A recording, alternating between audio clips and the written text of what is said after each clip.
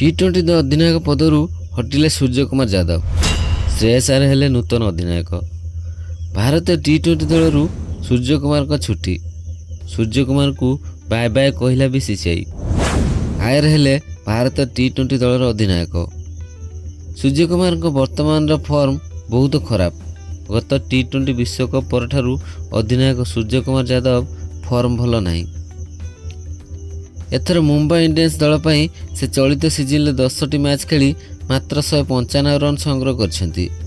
ତେବେ ରିପୋର୍ଟ ଅନୁସାରେ ବିସିସିଆଇ ବର୍ତ୍ତମାନ ଆସନ୍ତା ଆୟର୍ଲାଣ୍ଡ ଗସ୍ତଠାରୁ ସୂର୍ଯ୍ୟକୁମାର ଯାଦବଙ୍କୁ ଭାରତୀୟ କ୍ରିକେଟ୍ ଟିମ୍ର ଅଧିନାୟକ ପଦରୁ ହଟାଇ ତାଙ୍କ ସ୍ଥାନରେ ବର୍ତ୍ତମାନ ଚମତ୍କାର ଫର୍ମରେ ଥିବା ଶ୍ରେୟସ ଆୟରଙ୍କୁ ଭାରତୀୟ ଦଳର ଅଧିନାୟକ ପଦ ପାଇଁ ନିଯୁକ୍ତ କରିଛନ୍ତି। ହଁ ଦର୍ଶକ ବନ୍ଧୁ, ଭାରତ ଏହି IPL ସଂସ୍କରଣ ପରେ ପରେ ଟି20 ଶୃଙ୍ଖଳା ପାଇଁ ଆୟର୍ଲାଣ୍ଡ ଗସ୍ତ କରିବାର କାର୍ଯ୍ୟକ୍ରମ ରହିଛି। ଆୟର୍ଲାଣ୍ଡ ବିପକ୍ଷରେ ଭାରତ ସେଠାରେ 2ଟି ଟି20 ମୁକାବିଲା ଖେଳିବ। ଆସନ୍ତା ଜୁନ୍ ମାସ 26 ତାରିଖରେ ଭାରତ ଓ ଆୟର୍ଲାଣ୍ଡ ମଧ୍ୟରେ ପ୍ରଥମ ମୁକାବିଲା ଖେଳାଯିବାକୁ ଥିବା ବେଳେ ଦ୍ୱିତୀୟ ମୁକାବିଲା ଜୁନ୍ 28 ତାରିଖରେ ଖେଳାଯିବ। ତେବେ ଏହା ପରେ ପରେ ଭାରତ ଇଂଲଣ୍ଡ ଗସ୍ତରେ ଯିବ ଏବଂ ସେଠାରେ ଭାରତୀୟ ଦଳ 5ଟି ଟି20 ସହିତ 3ଟି ଏକଦିବସୀୟ ମ୍ୟାଚ୍ ମଧ୍ୟ ଖେଳିବ। ତେବେ 2ଟି ଯାକ ଶୃଙ୍ଖଳା ପାଇଁ ଭାରତୀୟ ଦଳର ଅଧିନାୟକ ପଦ ପାଇଁ ଶ୍ରେୟସ ଆୟର ଓ ଉପ ଅଧିନାୟକ ଭାବେ ହାର୍ଦ୍ଦିକ ପାଣ୍ଡ୍ୟାଙ୍କୁ ଦଳରେ ସ୍ଥାନ ଦେବାକୁ ଯାଉଛି ବିସିସିଆଇ। ତେବେ ଏହି ଶୃଙ୍ଖଳାମାନଙ୍କ ପାଇଁ ଭାରତର ଚୂଡ଼ାନ୍ତ 15 ଜଣିଆ ଦଳ ମଧ୍ୟ ଘୋଷଣା କରିବାକୁ ଯାଉଛି ବିସିସିଆଇ, ଯେଉଁଥିରେ ନୂଆ ଖେଳାଳିମାନଙ୍କୁ ମଧ୍ୟ ସୁଯୋଗ ଦେବାକୁ ଯାଉଛି, ଯେଉଁଥିରେ ବୈଭବ ସୂର୍ଯ୍ୟବଂଶୀଙ୍କ ସମେତ ବହୁତ ନୂଆ ଚେହେରା ମଧ୍ୟ ଦେଖିବାକୁ ମିଳିବ।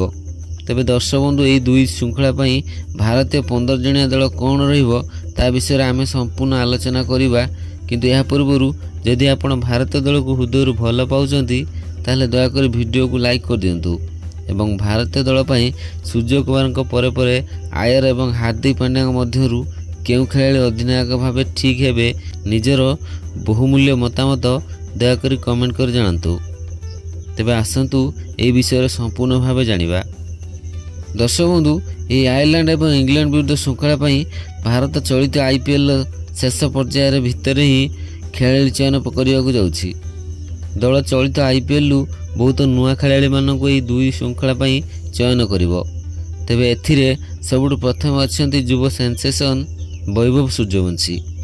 ହଁ ଦର୍ଶକ ବନ୍ଧୁ, ବୈଭବ ସୂର୍ଯ୍ୟବଂଶୀ ଯେଉଁଭଳି ଖେଳ ଦେଖାଇଛନ୍ତି ତାପରେ ଚୟନକର୍ତ୍ତାମାନେ ତାଙ୍କୁ ଟି20 ଦଳରେ ସୁଯୋଗ ଦେବା ପାଇଁ ପୁରା ନଜରରେ ରଖିଛନ୍ତି।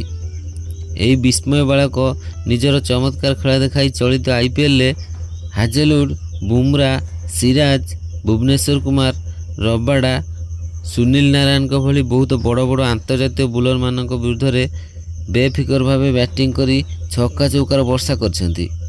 ଯାହାପରେ ବିସିସିଆଇ ତାଙ୍କୁ ଏହି ଟି20 ଶୃଙ୍ଖଳା ପାଇଁ ସୁଯୋଗ ଦେବାକୁ ଯାଉଛି। ଏଥିସହିତ ଅନ୍ୟ ଓପନର ଭାବେ ଅଭିଷେକ ଶର୍ମାଙ୍କୁ ଦଳରେ ସ୍ଥାନ ମିଳିଥିବା ବେଳେ ତୃତୀୟ ଓପନର ଭାବେ ଦଳ ପ୍ରଭସିମରନଙ୍କୁ ଦଳରେ ସ୍ଥାନ ଦେବାକୁ ଯାଉଛି।